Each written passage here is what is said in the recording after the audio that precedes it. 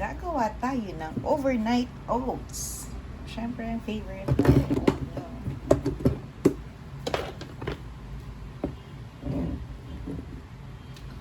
Quaker oats. 1 scoop.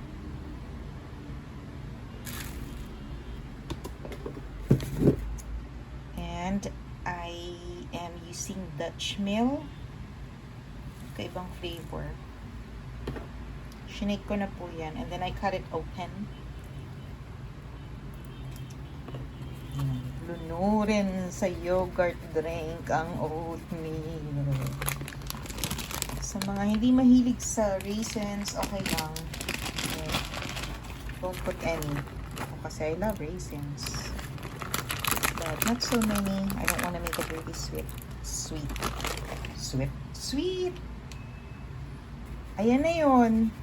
Just leave it overnight. Tomorrow, mas malapot na yan. Very great dessert.